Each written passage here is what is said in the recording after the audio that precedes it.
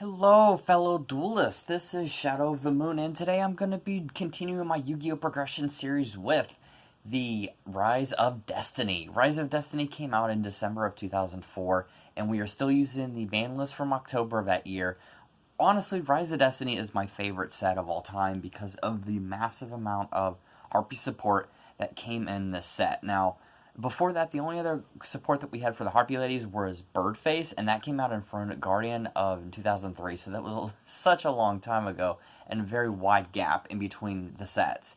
What made this interesting set, too, was that it had a number of cards, actually, and that was very notable.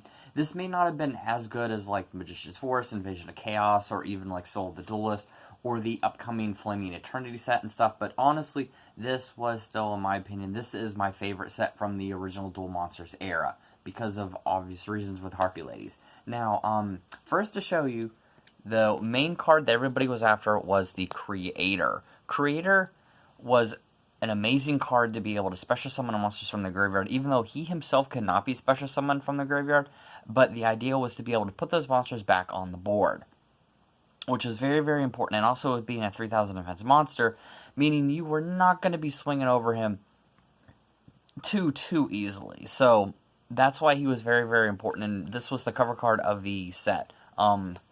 The other notable card is Monster Reincarnation. Monster Reincarnation was not as good as Monster Reborn because Monster Reborn is banned, but it allowed you to discard a card to be able to bring a monster back from your graveyard to your hand, which could have been very beneficial to a lot of players and everything. I do remember at the time a lot of people playing this card, even though it wasn't as good as Monster Reborn, but people did have this in their deck. Also, another card notable that I do not have with me is Daikochi, the locomotive, the battle locomotive.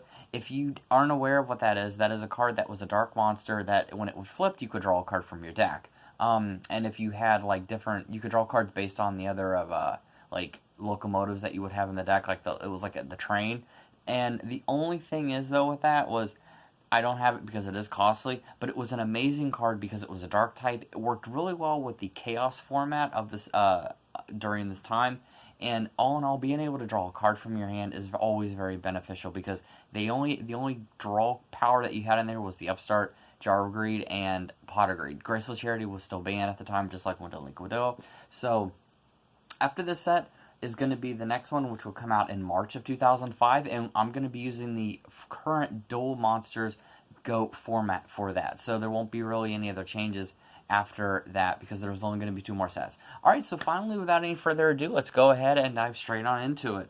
Alright, so first is, course, you've got 2 copies of the Harpie Lady 1 and 1 copy of Harpie Lady 2. I'm not running the Harpie Lady 3 in here because the effect wasn't really all that good. It basically just meant that one of your opponent's monsters that attacked this could attack for the following 2 turns, and honestly was not really worth it.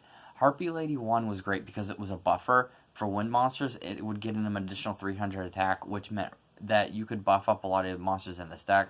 Also, a very notable card in here, we are no longer using Rise of Destiny. Rising Air Current has been officially retired, and it has been a long time coming. I love that card to death, but it didn't, obviously with the times changing and everything, it's going to be more, coming out with better support for Harpies. So this was the first of the new Harpie support.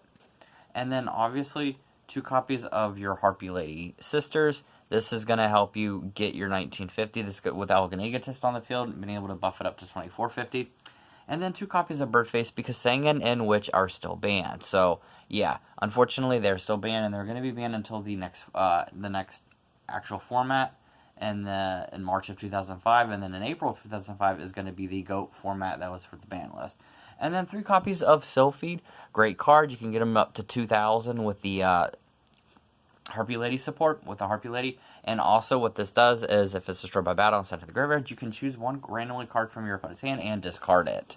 So very, very good. It was almost as good as the Delinquent Duo because it made them afraid to attack over it. And then 3 copies of Flying Kamakiri #1. This is going to help get all 3 copies of your Harpie Lady out onto the field by special summoning them. And then 1 copy for the wind support was your Sasuke Samurai to be able to knock down face down monsters. And then next for the tech support, we've got the Break of the Magical Warrior. We've got Tribe Infecting Virus. We've got DD Warrior Lady. Exile Force. Morphine Jar.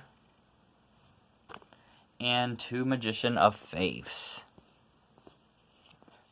Alright, and then for the spells, running your 3 Elegant Egotist. This is the mandatory card in the deck. This is going to allow you to get your Harpie Lady Sisters out on the field relatively quickly. Then we've got the brand new support, Harpie's Hunting Ground. Okay, so Harpie's Hunting Ground was a great card, and it is. That's why it's running 3 instead of Rising Air Current. Just keep in mind, though, if you normal summon or special summon a Harpie Lady or Harpie Lady Sisters, you mandatorily have to destroy a spell or trap on the field. Now, what made this good was that if your opponent had multiples and you were able to somehow special summon multiple Harpie Lady or Harpie Lady Sisters, you could destroy their entire back row. Now, the downside to that is if there was no targets, it would have to destroy itself. So you had to kind of play carefully, but it was the pros definitely outweighed the cons in this formula, because you do need to be able to destroy your opponent's back row, and this was definitely one of the best ways to do it. It also would give all winged beast monsters an additional 200 attack, so it was like a mini kind of like mountain or Umi or whatever, or wasteland and stuff, so that really did help. So you combine that with the Harpie Lady 1, it would give the same amount of attack boost as the Rising Air Current. And then 1, Triangle Ecstasy Spark is also a new card in this set. Triangle Ecstasy Spark would increase a Harpie Lady Sisters attack to 2700, and they would be unaffected by the effects of trap cards for the duration of the turn. And then all face-up trap cards on the field would be negated. Now that was actually a very, very, very good card, and I love the tech card because it's, you know, it's something that your opponent is not going to obviously see. They're going to be seeing it and like, wait, what do you mean I can't activate trap cards on it? Well, what made this also deadly was that instead of it being 2700, if you had Harpie's Hunting Ground and then you had a Harpie Lady 1, you could potentially push over 3k and being able to attack over their monsters. So it was a really nice little nifty tech card. And then for the destruction, we've got MST, 1 MST, and Heavy Storm, because this is all you really need in this deck since you are running 3 copies of Harpie's Hunting Ground.